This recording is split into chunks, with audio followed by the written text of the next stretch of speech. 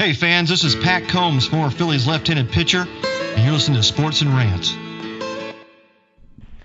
And we are back. This is Sports and Rants with Brennan Pants. I'm your host, Brett Suto, along with my co-host, Glenn Pantalone, and we are on live with former NBA guard Larry Hughes. Larry, how you doing today? Hey, how you doing? I'm doing well. Larry, it's been an exciting NBA season, but it's not been as an exciting college basketball season for your St. Louis Billikens. What are your thoughts on that? Well, I think we have to keep a positive mind. I think we run into the situation where we had some seniors and upperclassmen, kind of move on. So our younger guys that have come in last year now, sophomores, getting the understanding of how college basketball is played and how games are to be won. So I think it's been a rough learning curve, but I think the guys that are there will kind of figure it out and get things together. Now, when you came into St. Louis, what was your expectations as a young player that you would like to, if you had the chance to speak to the St. Louis team now? Well, I do. I talk to those guys all the time, and it's more so just play basketball. When I went to St. Louis University and understanding that everything that was there as far as going to the tournament and playing in Conference USA, my main thing was to go out there and play basketball. And play basketball as hard and as aggressive and as fast as possible to make sure that we had an opportunity to win a basketball game. And I think, the guys that are there now can kind of take heed to that and use that in their preparation as well. Now, what's different mentally and physically versus the NBA and college basketball, and how guys prepare just as a whole? Well, I think in the NBA level, it's completely, that's your job. It's your job to practice your craft. It's your job to exhaust all options to better your game. In college, it's a little different situation because you're a student, and there's other responsibilities that line up with student athletes that makes it sometimes difficult to fully prepare, to fully work on your basketball game. Now, we've seen a lot of your former NBA teams actually doing extremely well this season. Any teams sticking out to you? Have you been keeping up to the NBA season so far? I think I'm like the majority. I think I watch, Golden State play. I like to watch Cleveland play. I like watching Bron play. I like watching Steph Curry play. And also OKC. I think OKC and what they've done, they're dynamic. I think they're a piece away, from really, being in the mix of San Antonio and Golden State and OKC. Now, you mentioned LeBron. You like watching LeBron play. You actually got to play with him when he was young. How much have you seen his game develop since those days? Well, I think for LeBron, I think he's matured in understanding his basketball game, knowing that he has a high basketball IQ, and understanding his teammates and understanding what the end goal is.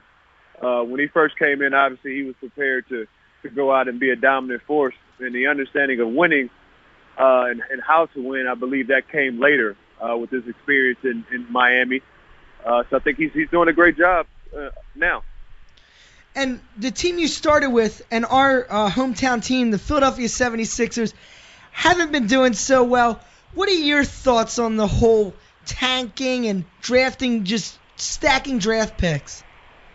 It's bad, It's bad. I mean, I think they're bringing a lot of young kids in there, guys that are 1-2 years removed from college, and the expectation levels are to go out and compete against organizations and teams that have an identity. When you're stockpiling, draft picks and drafting all these young talents, and they're not necessarily fitting together, you're just combining talents. It becomes a tough situation, and no one understands which direction they're going. So I think, personally, Philly's in a tough situation with so many young guys and not enough, veteran, leadership to kind of mold and push those guys in the right direction. You were around the league with quite a few different teams.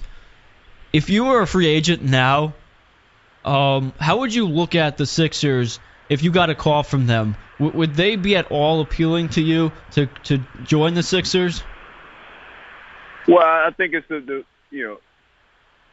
you would need to bring someone with you, so to speak. I don't think one person or one veteran is going to do it. I think you need to have, just a veteran presence in the locker room. So if I was a free agent and I was looking at Philadelphia, it probably wouldn't be a place that I would touch if there was not multiple veteran and multiple guys that were available for for leadership for that team.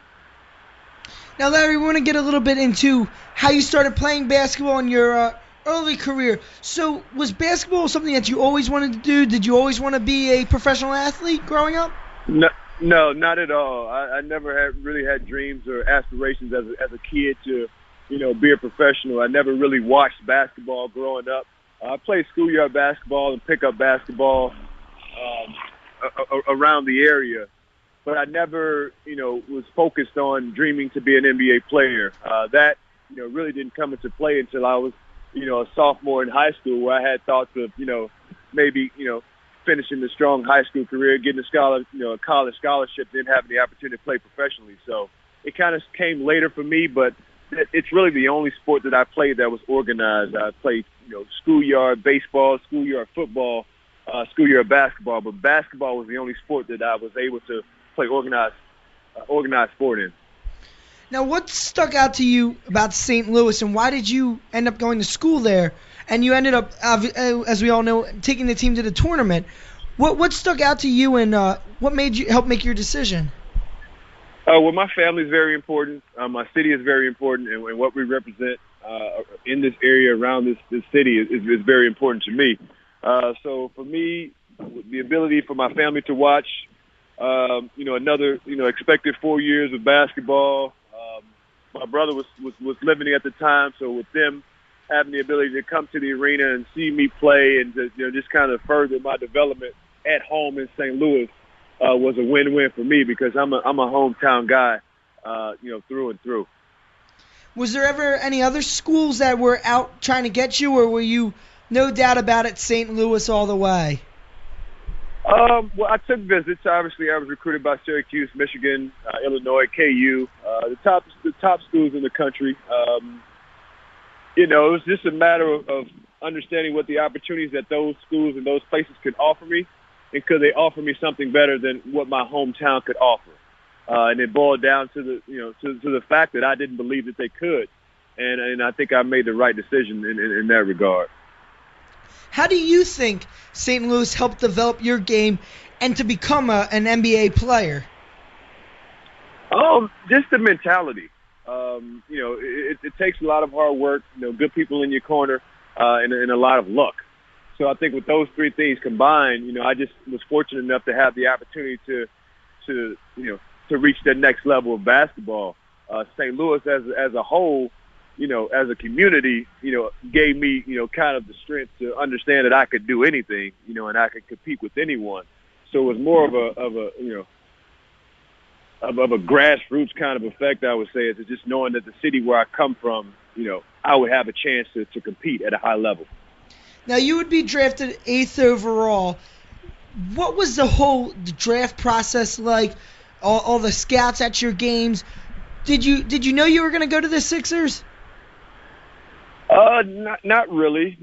I mean, you get later on in the college season and you start talking about, some of the projections, and, my team, meaning my mom and one of my attorneys, we kind of reached out to some of the proper outlets to really see, what my status was. And from there, I think it kind of took on a life of its own, and I was just kind of a piece in the puzzle.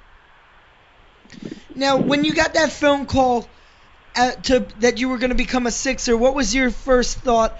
We know Philadelphia gets a bad rap sometimes with the fan base. Were you nervous, anxious, especially being a top 10 pick? No, I was excited. I think, with the city and how the fans are, I mean, it fits my mentality. I'm a winner.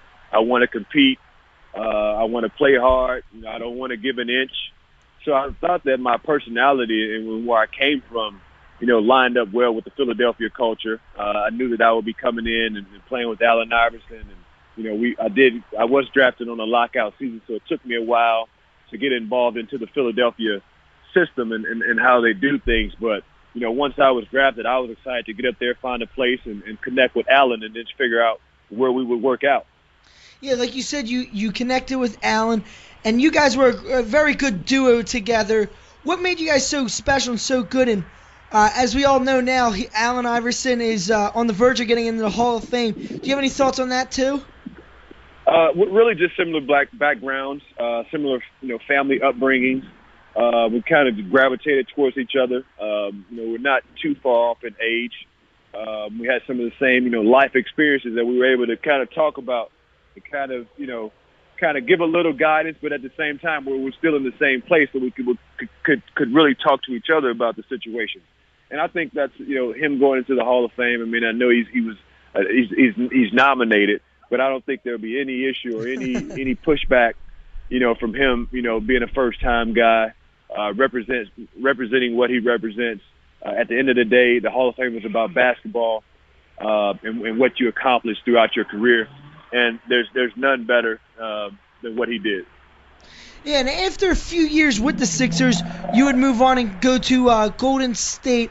Complete different, I would say, fan base. What was that like, and how did the arenas different? How did the whole area different as a whole? It was different. It was a different basketball experience. It almost put me back into the college space where I was expected to produce and to really produce at a high level, meaning, in the 20 points per game, type of space, with assists and rebounds also added into that. So going out to Golden State, it allowed me to understand what I needed to do to become the player I wanted to become in the NBA. And that was, a go-to player, a player that's expected to produce consistently on a nightly basis. A lot of people remember you for your offensive production, but one thing that really stuck out to me during your career was your defense, and that's not something that a lot of guys focus on. Was that something that you would focus on a daily routine in practice, focusing on your defensive skills? It was a skill that I was blessed with, skill of first step, skill of anticipation, and just the want to play defense, the want to stop the other person from, scoring the basketball, or stop the other team from scoring the basketball. I felt like, playing hard on defense, you were able to deflate, the team on defense. And then if you're able to go down and be effective on the offensive end, you deflate them another way. So having options on how to deflate a team was really my main goal. And offense and defense was that tool that we tried to use. Do you think the overall tactics of basketball have changed even after you are out of the league now, with how it's not very defensive minded, where it's always offense, which comes from the mentality from the AAU circuit? No, I think it's mainly from the rules that are in place now. So I wouldn't blame the AAU circuit on how the NBA game is played today. I believe, the NBA game is played today with an open floor, more of an open floor than it was played in the past, and with less, with more, defensive restrictions. So that opens the floor up even more. So I would just blame it on the evolution of wanting to see offensive players play offense and defensive players kind of try to stop them at a disadvantage. What do you say to kids that only want to focus on the offensive side of the ball and don't really care about their defense and don't really play defense? What do you say to those kids, and how you get them motivated to become the complete player? Well, I think the proof is in the pudding. I think you find, guys that play on both ends of the court. You find guys that play on one end of the court, meaning just on offense or just on defense, and you show them the advantages to playing on both sides of the court. Now, Larry, we know you're extremely busy, so before we let you go, could you just tell our Philly listeners what you're doing today and what you've been doing since retirement from the game of basketball? Well, I've been enjoying myself since retiring from basketball. Obviously, basketball has been a huge part of my life, so I stay involved. I have kids that play, so I chase them around. And I also started a basketball program. It's D1 St. Louis United, which is a skill development program that really focuses on the basic skills: passing, shooting, dribbling, defense, footwork, communication, and allowing kids to morph themselves into, allowing skill development to morph itself into basketball teams so we can obviously have competition as well. So that's what I'm doing these days. I'm in the gym on a nightly basis, helping kids and helping coaches understand how to teach the kids, but through a basketball program called D1 St. Louis United. Well, Larry, thank you so much for joining us. It was a pleasure to have you on today. Thanks for having me. I appreciate it. Thank you. Bye-bye. This is Brett Suter from the hit sports show Sports and Ranch with Brett and Pants. Listen to us live every Friday from 12 to 2 to hear some tremendous interviews such as Troy Vincent,